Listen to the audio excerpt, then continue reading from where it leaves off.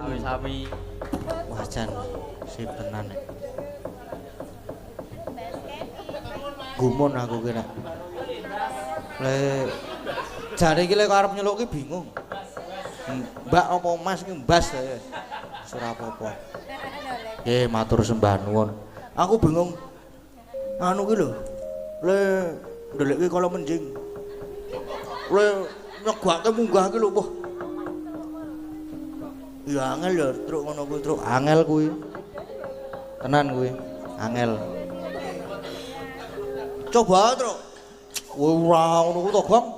Gau. Ora sah aku ora iso ngono kuwi, Gong. Aja ndak malah. Kok malah padha karo sapa? Ya saiki minangkani pamundhutan ingkang salajengipun isa ana apa wae ya. Ana Nyidam Sari. Wah, yang baru. Iki kudu karo yang baru wae. Yang baru. Monggo kowe kudu disepote pokoke sing gayeng. Monggo kanca-kanca sedanten sepote sing gayeng. Waduh.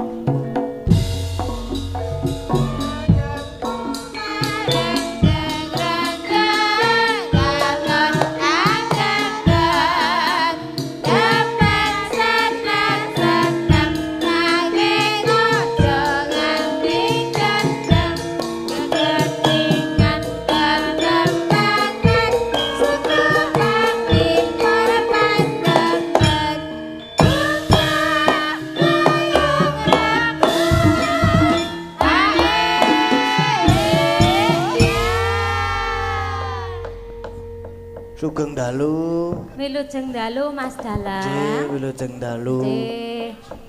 Niki ajeng wajah baru tapi nggih pun sepuh kok. Kok nek apa jenenge prinsip sing ngerbab kuwi wah ora masalah. Sing penting anyar. Kuwi dalem saking pundi, Mbak? Kula saking Gedang Sari, Gunung Kidul. Oh, saking Gunung Kidul. Nggih. Nggih, saking Gunung Kidul. Oh, lah iki gawane Pak Bolo to jebul. Oh, lah saiki kaya mangkono kuwi to. Pak Bolot ingkang nyepeng napa? Menika ingkang meking nika. Oh, ingkang meking. Nggih. Ngagem kacamata. Nggih, lah niki malah tasih timur ngoten kok.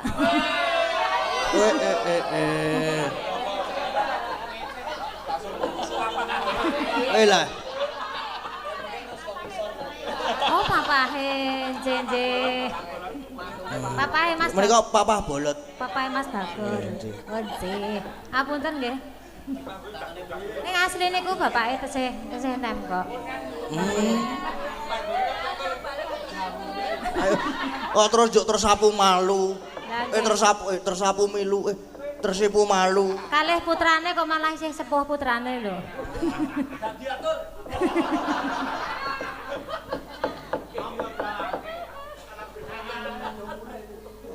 Nggih, kala wau napa pamundhutanipun? Nyidam Sari. Nggih. Nggih. Dipindah mawon kula. Pripun? Lah napa, Pak? Alah.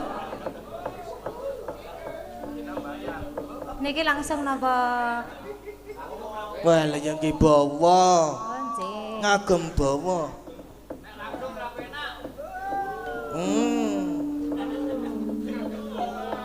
Nggih bawa. Nggih, ngagem bawa. Sakniki. Malah nggih bincang mawon. Wingi nek saged malahan. Monggo sakniki. Demang bagus pepujaning ati kaya ngene wong nandang asmara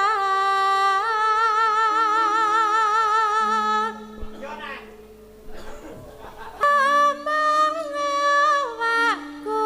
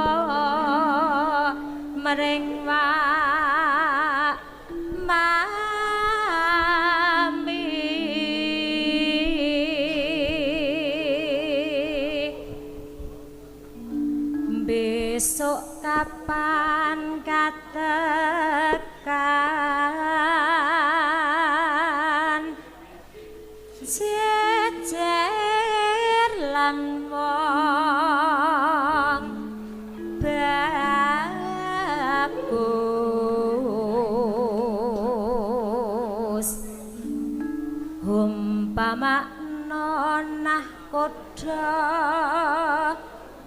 tanpa prau sasat sarahing bebetri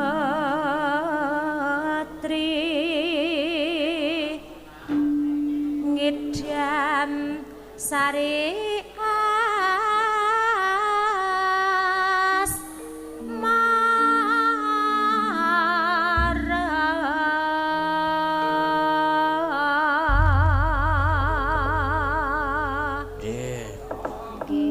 monggo Mbak.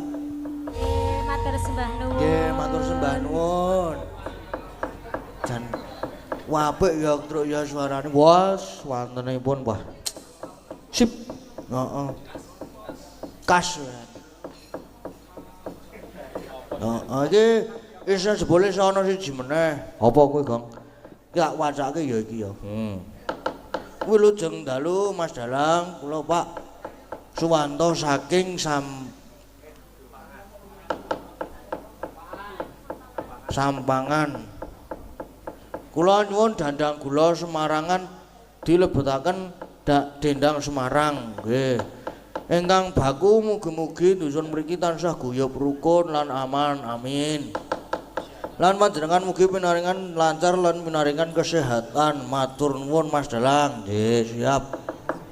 Wah nek dienggo penutupan kuwi nek ora sing apa jenenge?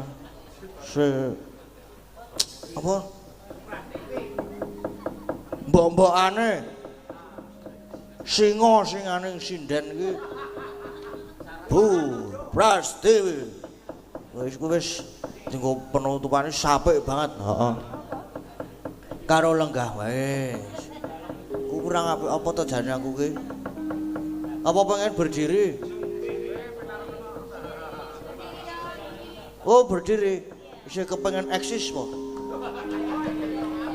Kudu aku ya sing karep berdiri. Wis ora apa-apa. Ben ketok to. Ketok ya isin aku. Mosok kon ngetokke. Isin po? Isin. Mosok ah.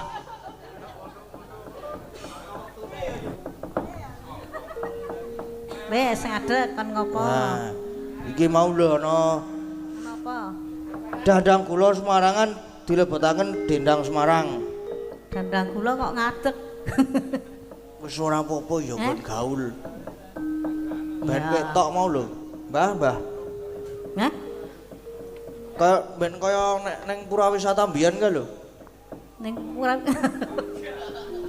Sing ngene iki po. Heeh. Nek iki yo wer-wer.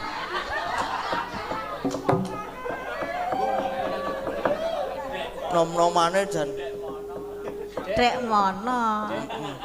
Nek saiki ya bintangnya. Ah iki lho, Glo, dikancane. bintang tamune aseng pundi, Pak?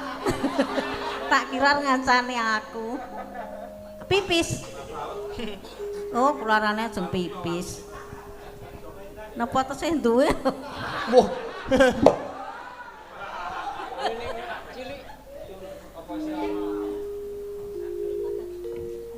Lho, lah kok malah piye to tandang gula ki? Ya tekon karang ya wis tuwa. Ya, Heh? Kuning-kuning apane?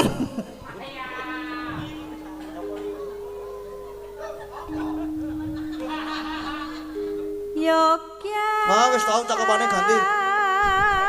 Apa? Wis tau cakepane ganti. Apa? Ganti apa ngono sego. Apa ngono? Bar madang ya aku iki. Aku urung e. Ya. Amedon madang sik, tak gantine ngono. Aku genten sing mayang. Nyoh.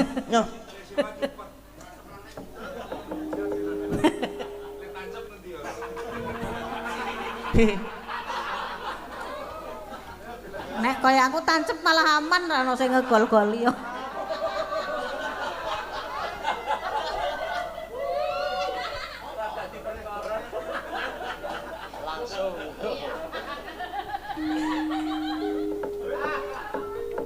Dedap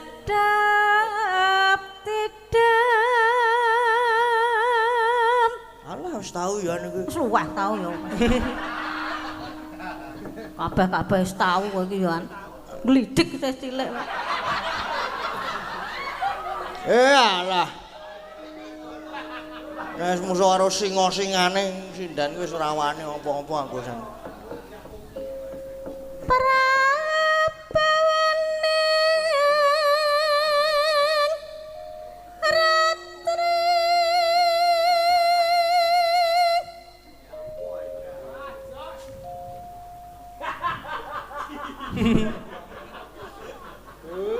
Gus.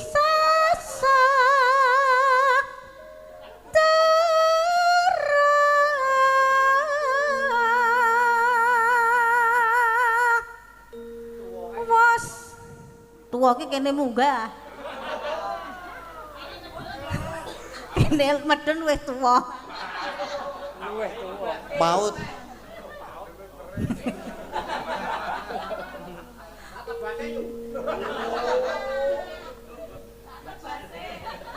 Ya nek wani regane. Engko ming tok nyang murah. 20. Ya dumeh tuwa 20 ya moh.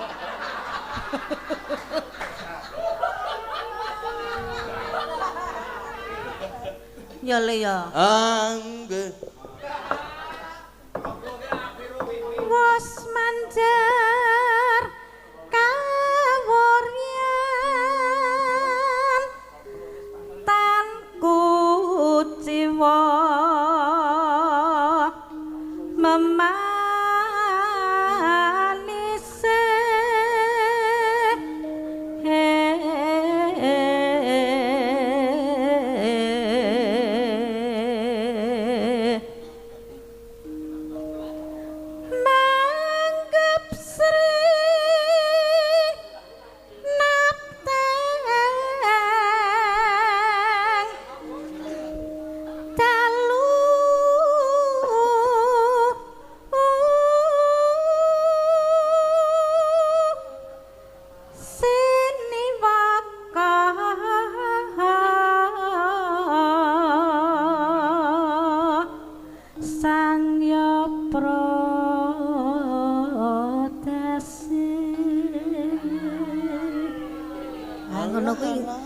swara ngrintih.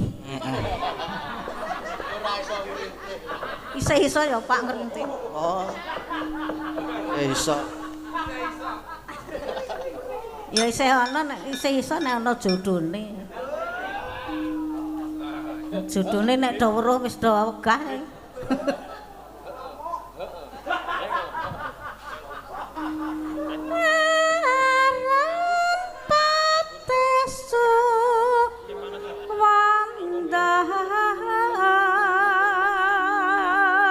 Apa Mas kok guyu? Hah? Oh iya. Ora apa-apa.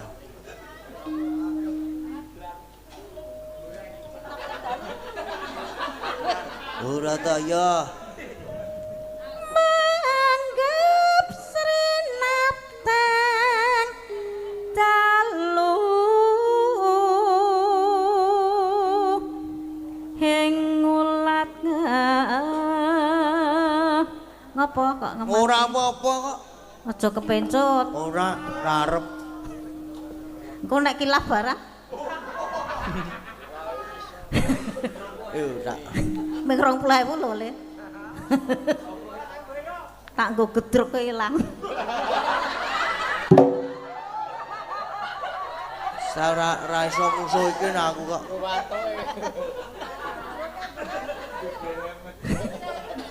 Rada ekstrim. Langut Slenthik mencelat. prondene paksa kebekan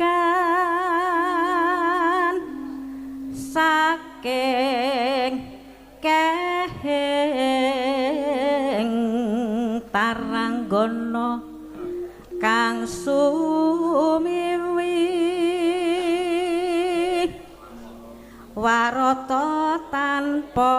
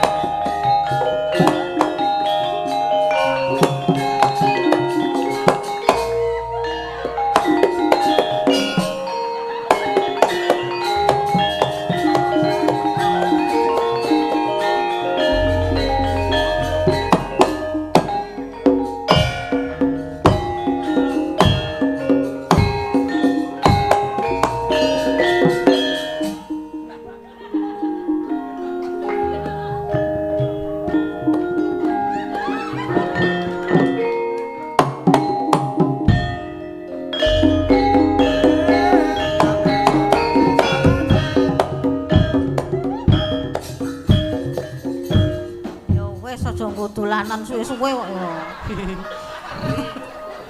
Delo wae. Suwe-suwe keri ya. Alah, Maksudnya nek tok ithik-ithik ya keri aku. paijo-paijem seneng banget ki lho doan ki lho.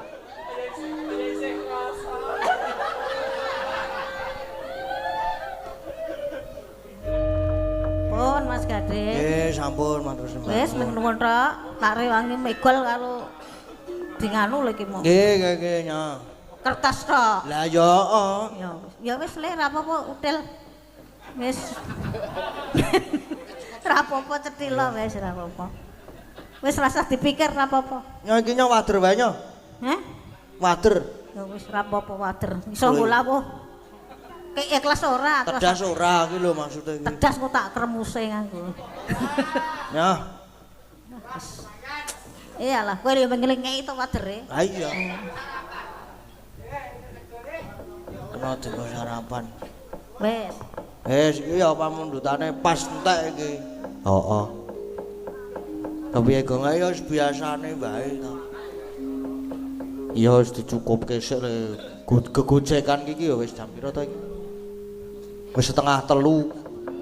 Lakone isih dawa ya. Isih dawa iki. Isih. Aduh iki isih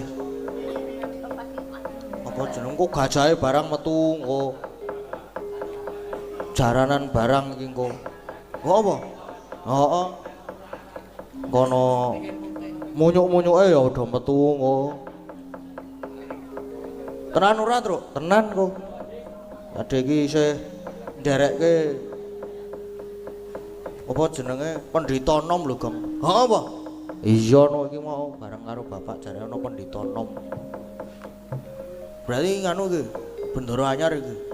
Ya wis kaya ngono, ya iso disebut kaya ngono kuwi lah. Sapa Truk jenenge, Truk? Begawan Madukisma. Madukisma lak pabrik. Dagel ta kowe? Madu Gondo, awetan kono kan. Sapa jenenge? Alah, Madu Bronto, Begawan Madu Bronto. Wah apa? Anyar kuwi. Anyar. Ya saiki gak isih bawe aku selak kepo aku urung nilai aku mau. Ayo sayo Gong tak. Arep nganggo apa iki lho sebo? Ah manut kowe aku. Arep nganggo jeneng. Nganggo kae. Oh iya. Jeneng ya ning nalaka di langit.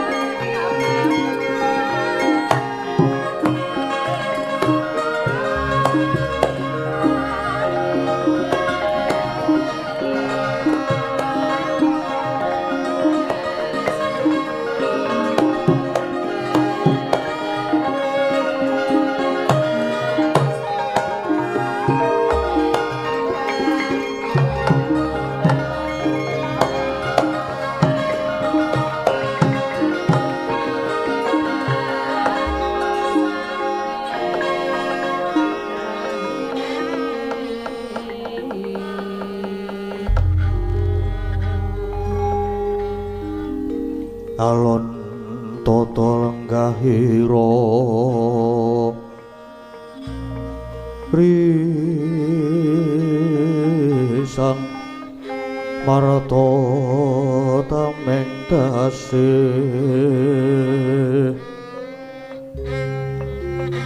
misuda antana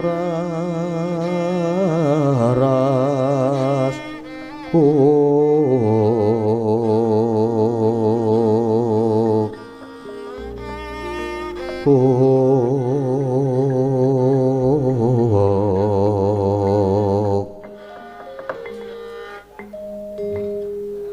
Wong ilahing bunga sing tanpa upama dene nggonku mangasrama ana pertapan ringing putih iki malah wis nampa siswa mara kepara wis tak rengkuh kadang taruna Yai Sumitra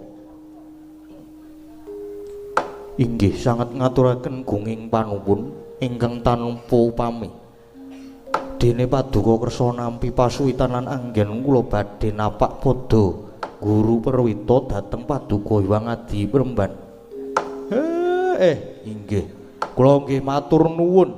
Dene semasa anak-anak kula wonten mriki nggih pun direngkuh dados kaluwarga. Iya Kyai Semar. Malah aku ingkang matur nuwun krana Kyai Semar iku bebasan pusaka bisa kandha, jimat bisa ngucap. Pun. Kula nggih mung derajate ngaceplik kok Bremban. Ndara Sumitra. Mboten nyana nggih malah wonten mriki sami wilujeng to Gus. Pangestune Kyai Semar slamet sowan kono pertapan. Kyai Sumitra sumangga pengawak Bajra bayana wigati apa? Dene kraya-raya prapta ing pertapan ngringin putih bebasan teken janggut syukur Jogja sira lakoni nilar kasatriyan mung marani wana pringga kang yekti caketing bebaya Yai Sumitra Dosa Adi Premban kekilapan punapa dhateng greget os ing manah kula sedyaning manah kula sepisan badhe nglebur napak padha Sang Maha wiku keparenga ngaup subratanipun Sang Maha Muni. Syukur yen to kersa nglubering ngelmi ingkang damel pajaring manah dene ingkang kaping kalih. Kula badhe nyara widhaken dhateng murcanipun kadang kula sepuh inggih menika Kang Mas Abimanyu. Menika Premban keparenga paduka paring sabda tama Ung Ilahing Astunama Sidam. Yai Sumitra yen bab murcane kadang muredaya Raden Abimanyu aku durung bisa paring katrangan krana iku isih kasasaban ron salomba lan bab nggonira bakal suwita marang aku iku apa ora luput ciptamu merga lamun sira mamre aji jaya kawijayan kuleting kulit atos sing balung para pandhitaning praja tak kira ya wis ora kurang ingkang padha limpat budine putus kawruhe. Beda karo aku Begawan Madu Branta iki mung pendhita gunung sing ngertine mung mantun gagah. Lan bebedak satuwana Yai Sumitra. Penemban bebasan kedung jero kenging jinajakan nanging lepasing budi para sarjana sujaning budi ingkang saged anjajaki nggih namung sesamining sujana penemban. Sorote pandam sumula amadangi pasareyan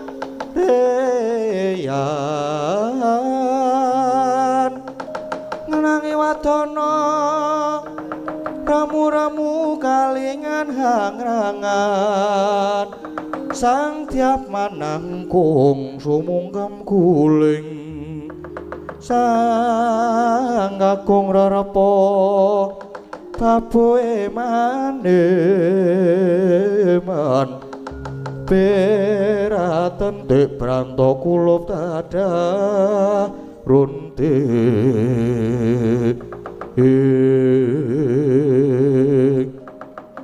Yai Sumitra Nyata pratitis nanging kaya durung titi wancinipun Kakang medharake ngelmu marang sira Yai. Prayogane Yai Sumitra saiki sawetara mapana dhisik ana pungkuran. Kyai Semar lan anak-anakmu uga mangkono. Sawetara padha mapana ing pungkuran merga iki sajake bakal ana lakon ingkang wigati. Nggih, matur sembah nuwun Premban. Lan sendika ngestakaken dawuh Premban. Nggih. Nggih. Ngestakaken dawuh Premban. Ayo tole. Iki Premban Begawan Madubronto bakal ana wigati. Ayo. Sawetara awake dhewe padha mapan ana mburi dhisik.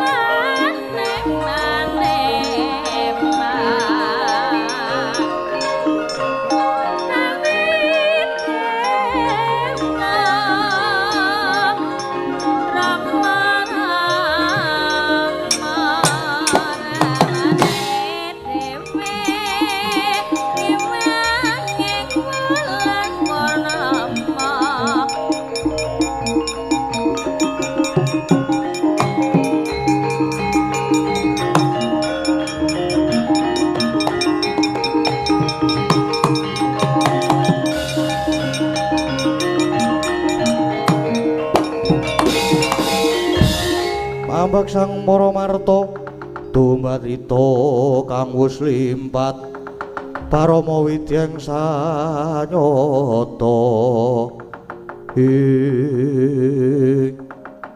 lagi wae aku nedya manjing sanggar pelanggatan pertapanku kok kerawan wujuding cahya biru maya-maya sumunar mawa Prabowo panjenengan menika sinten aja sira tambuh marang ulun krana beja-bejane titah ora kaya pendhita ingkang peparab Begawan Madubronto.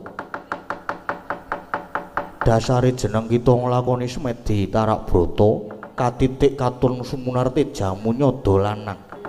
Sumeblak jagatmu kaya ngawe-awe tekaning kanugrahan kang aran Wahyu Cakraningrat. Kepengin manuk mono jagatmu iki lan kepengin sasana ing singasana adi jiwa ragamu. Sang Resi wangakno wiwara tamanmu ulun bakal sajiwa momong marang jiwa lan ragane pandhita ringin putih ya Begawan Madubronto.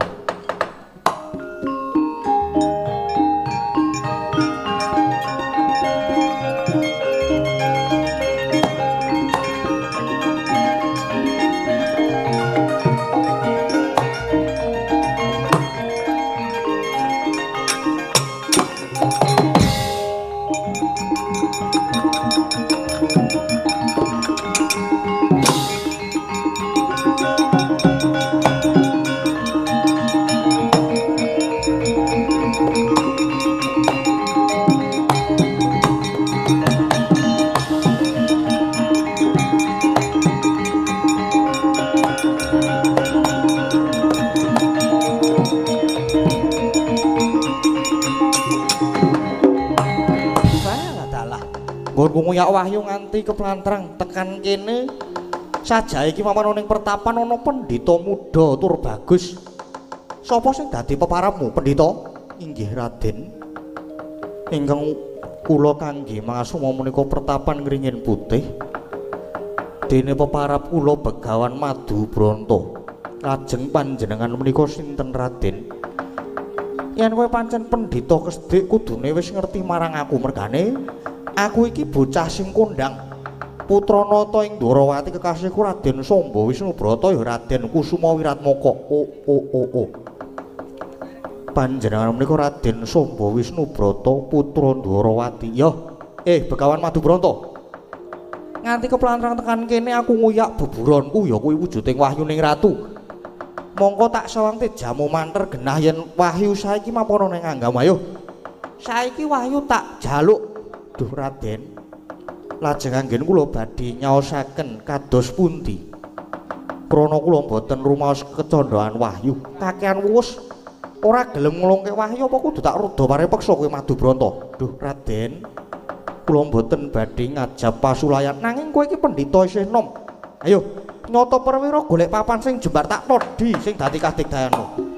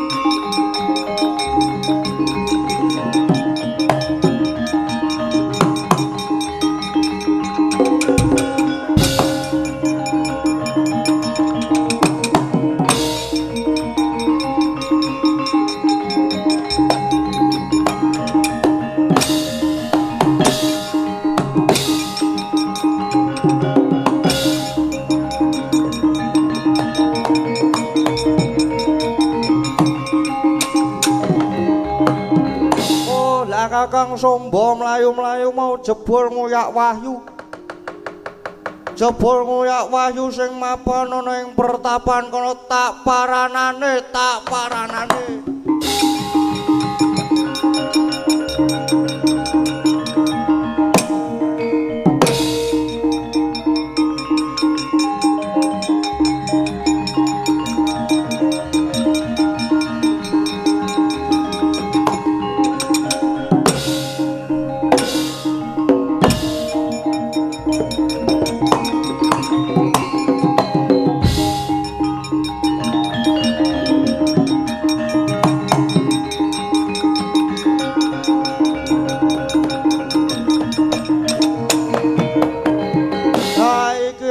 Pendhetane kowe sapa?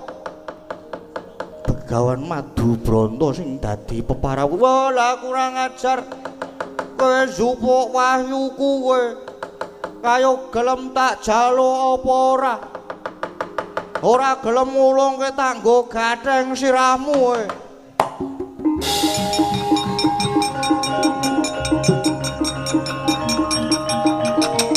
Waduh.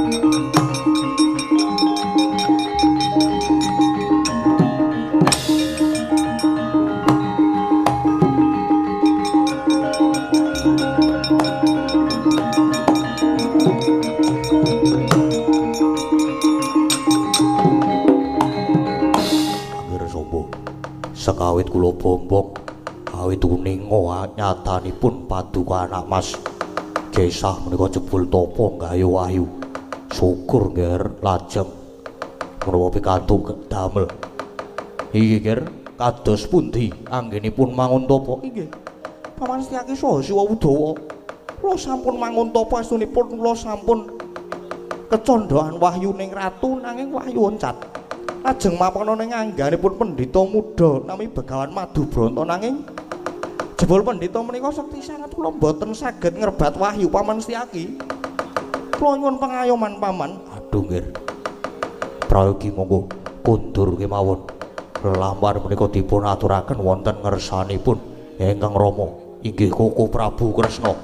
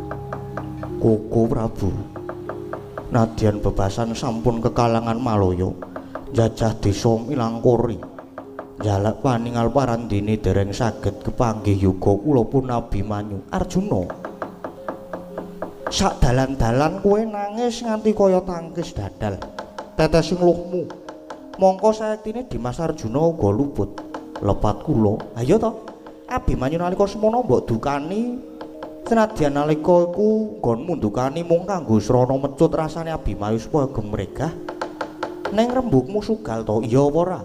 Wah jlamprong nyengeni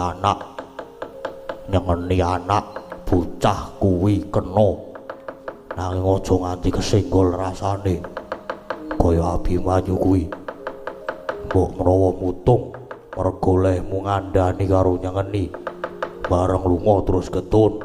Inggih, kula rumaos ketun Koko Prabu. Mbok inggih kagunganipun kaca paesan menika dipun pirsani. Wonten pundi donganipun anak kula Angka Wijaya? Aku ya wis kaca paesan nanging sing ana mung peteng. Ayo iki sing jenenge kaca pengilon ki ya terkadang sok buwet. Merga iki ya wis suwe banget ora tak lap. Mbok ampun gegojekan to Koko Prabu. Wong kula menika nembe susah saestu lho. Tegese iki kaca paesanku ya sok kemendungan.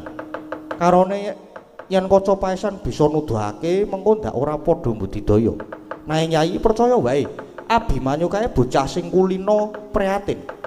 Dadi umpama lunga mestine lungane ngudi ngelmu lan gayuh kanugrahan. Wis to, titerono wae.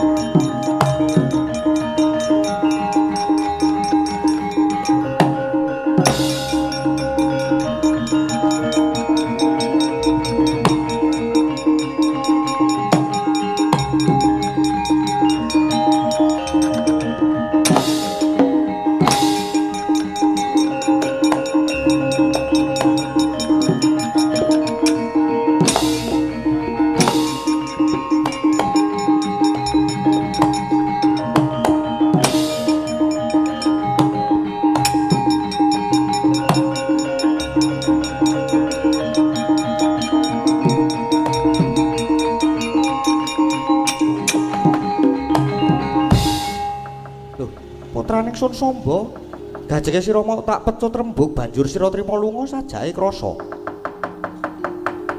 Banjur ngedegake kita apa? Iki teka-teka kok banjur nangis ngopo? Inggih Rama, kula mangun tapa gayuh wayuning ratu sampun saged kasembadan kecondhaan wahyu nanging boten nginten jebul wahyu oncat. Wahyu oncat saking Kang Putra Samba malah samenika wahyu mapan wonten ing angganipun pendhita ingkang nami Begawan Madubranta. Rama nuwun pangayoman. Rama kula nyuwun pangayoman. Nggih, Prabu, pendhita nom menika sekti sanget. Saestu sekti sanget. Weh, lah dalah Arjuna Werkudara ayo melu pun Kakang tak buktekke kaya ngapa pendhita nom kuwi mau.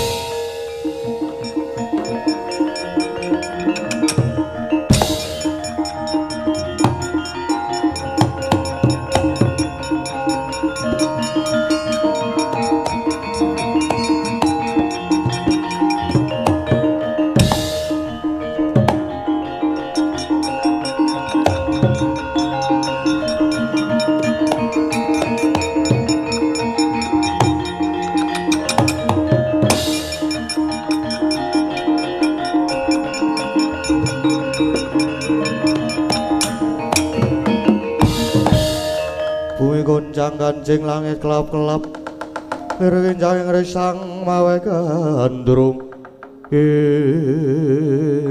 Mapane ana ringin putih Yan ngono sliramu ingkang peparab Begawan Madubranta inggih kasinggihan Paduka menika nalindra ya ingsun Prabu Kresna Nata Dwarawati Kyai ringin putih kowe ingkang ngrebut wahyu cakraning receka anakku Samba ya duh sinuwun Sang Sutya Ningrat kula menika mboten ngrebat nanging wahyu menika mapan kedah nindhingi dhateng gesangipun titah mbok menawi wahyu kala wau sampun saged nyumurupi dhateng gesang kula ingkang tansah kula udhahaken dhateng margining kautaman pramila nuwun sewu kula mboten niat ngikara dhateng ingkang putra Raden Samba nanging upami paduka ingkang pinangka sudarmanipun Raden Samba menawi rumaos kuciwa penggalipun saestu kula nyuwun pangapunten lan umpami paduka badhe duka badhe paring pidana kula wontenipun inggih namung pasrah semarah dhateng paduka Begawan Madubranta rumangsamu mbok anggap enteng ya kowe ngerti to ingsun rawuh ning pertapanmu iki nganti mantasaning para satriya ya kuwi Yai Sira lan Yai Arjuna monggo yen nganti adhiku Werkudara nesu yen mung bakal ngrusak pertapanmu iki ora nganggo suwe nanging sumurpa apa dikira Kresna bakal mentolo karo kowe apa dikira aku bakal tega mateni karo kowe merga yen nganti aku tegel marang kowe bakal sinurak ing jagat ing atas Nata Dwarawati iki jajaring wong tuwa kok bakal mentolo marang jajaring anak lanang mongko kowe kuwi jane didomo-domo digekudang dening para pepundhen digadang-gadang dening para kawula supaya bisa dadi satriya bebeteng ing jagat nanging kowe lunga wae kok dadak amping-amping etok-etok madeg pendhita ana ing ringin putih ayo coba wangsulana kowe kok lunga wae dadak amping-amping dadi pendhita ing pertapan ringin putih kene lan dadak nganggo jeneng Begawan Madubranta ayo gage wangsulana anakku Abimanyu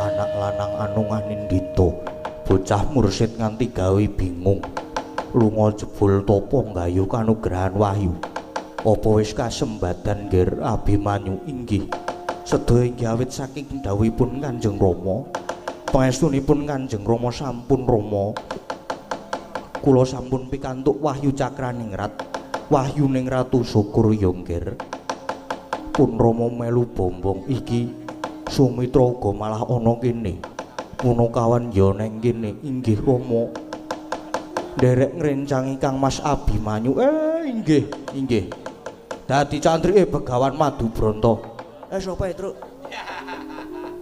Truk wah nah Sinuwun Prabu Ndrawati ngono karo Raden Werudara Arjuna Ndara Werudara dong apa rene iki dong golek duit apa ya Truk ya ya ora guna wis anu lho mbok didelek kae jriteng apa ya Truk ya lah iya ora seru-seru gong kampleng lho iku gong kok do tekan kene ngopo to Truk jane iki mbok disawangke lho pendhitane sing tok tutke iki mau dadi sapa lho kok ana Raden Abimanyu bareng lah ya kuwi sing dadi pendhita kuwi saiki iso malik-malik iso saiki wis ketok wis ajar trik sulap barang kae ora ngono kuwi Truk ora nek krungu dijemparing cengele mah masalahe Ndara Janaka kae nek kon jemparing pinteran banjirut garing encen pekok menanok kae kok bener ndelok waduh kan teleke kae pun diwenehi gembok apa kepiye to kae iki seru banget ya Truk wis ora apa-apa kok lak sejilit meneh dikamplengi Ndara Werkudara polo wae polo nengke wae nek bali rene meneh lak tenan Gong ora ngapusi aku Gong nang ketoke kok ora bali rene tang apa iki lho lha kowe iki merono to lah aku ki mung mubeng kok golek sensasi aku ki nganti aku butuh sensasi baru lagi wigati lagi kangen-kangenan ke lho iku ora sok liwat to Kang ayo jenenge wong ngarep ya ben ora tegang-tegang banget ngono ki lho ayo justru nek wis tegang ngono kuwi kepenak banget lho kowe iki jane do omongan tekan ngendi to iki ayo semono wae mendho diteruske kae lho mergane ya arep kawane kon salin mbok metu wae apa ya Truk yo lah aku wis ngene iki Gong aku wis salin iki Gong ora ya wis kowe ora usah metu po men aku wae sing metu aku biasane metu iki wis nang-nang wae Truk iki Truk arep nanti ayo kowe arep nanti kowe mbok Kang Gareng kowe iki mbok ora sok ngisruhi wong lagi wigati to kowe iki aku iki pengen golek sensasi meneh iki arep liwat meneh aku iki kowe meneng ngene kene mbangane tak kerangkeng kowe wis meneng wae do meneng lho iya Gong saya wis meneng iki aku wis ngantuk aku Gong tak tinggal turu sik kowe Gong ayo meneng wae sik ning kono kuwi meneng Kang Gareng kowe ora salen sik mengko sik metu reng bela reng malah raup reng apa ya iki kok iki sik metu rasa salin sik akan kowe sing metu kok alah nanggung kowe kok karis dilit lho karis dilit iki lakone iki meneng kok kuwi kon sida kon meneng apa ora iki ya tak meneng aku syukur yen ngono syukur jare Truk kowe meneng to Gong tak jahit lambemu lumayan kowe syukur yen ngono tegese anak Janaka padha gedhe prihatine Koko Prabu piye Mas Janaka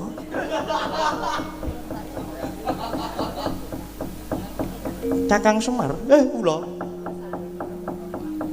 anakmu kae mbok dibelah kabeh mudar tenan aku Truk iki Truk wis aku tak salin wae tak ra metu wae aku tak turu wae mulai aku harapan suhu pekok kowe kegongan wis ono delik parani rene Koko Prabu piye menika Abimanyu malah sampun pikantuk kanugrahan wahyuning ratu ya pun Kakang nyarep wis paring pangandikan to wah aku melu seneng nanging Kresna kakangku anane lelakon iki Samba anakmu mesti kagol. Wis bab Samba bapakne sing ngendhake kamurkane.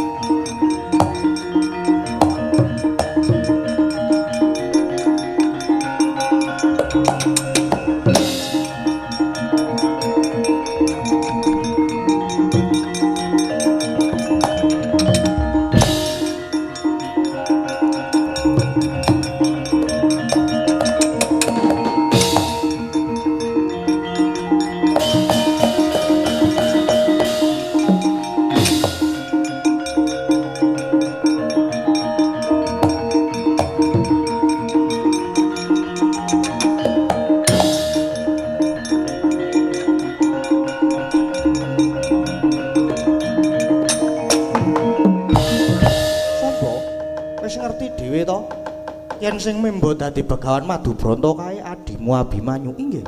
Nanging kawit wahyu menika mapan wonten angga kula, nanging sapunika ngalih wonten Dimas Abimanyu. Kuwi kabeh merga sekala putmu dhewe. Pun Rama wis wis paring pangandikan to. Wis paring dawuh yen to aja nganti darbe watak umuk sesungaran. Nanging piye? Kowe lagi kedunungan wahyu sedhela wae wis umuk. Wis sapa sira sapa ingsun? Mula ya ora mokal yen wahyu banjur uncat. Banjur mapan ana Abimanyu merga kae bocah gedhe priyatine. Gedhe tapa bratane nanging Samba. Gandeng sira ya wis masing sampun minangka wahing tapa bratamu kabeh ya mesti ana undhu-undhuane. Nadyan putraku Samba ora bisa kedunungan wahyu ning ratu, nanging besok Samba uga bakal kadunungan wahyu ning patih.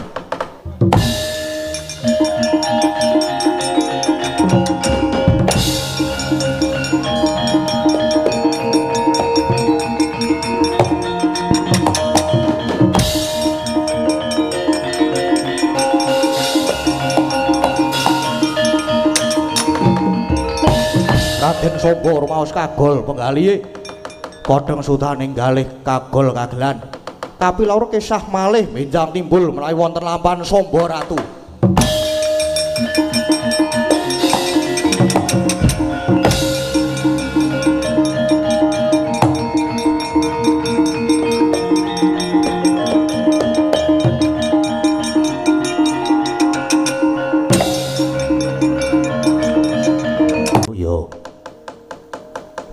Kae ana rantak-rantak prajurite para Kurawa kae padha ora nrimake yen wahyu sing entuk ya kuwi anakku Abimanyu undurna ya Werkudara ya.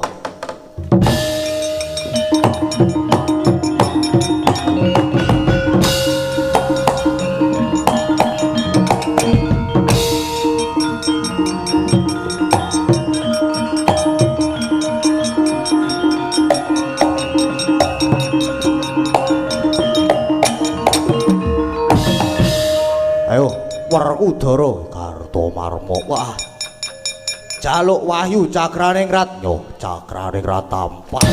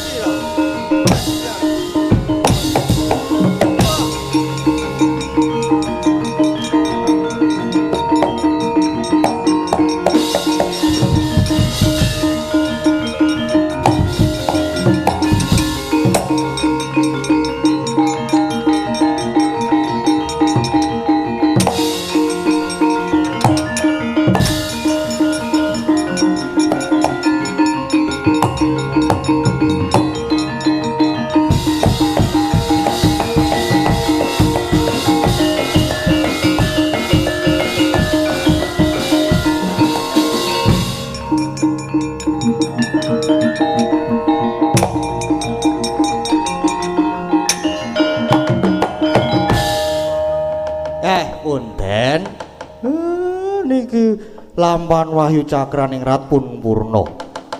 sing disuwun sageta ambabar kanugrahan agung utaminipun dhateng warga ing Sampangan mantu mriki mugi tansah jinangkung binerkan dening Gusti sedaya warga tansah pinaringan kabagas warasan lumintu rezekinipun ayem tata titi tentrem nah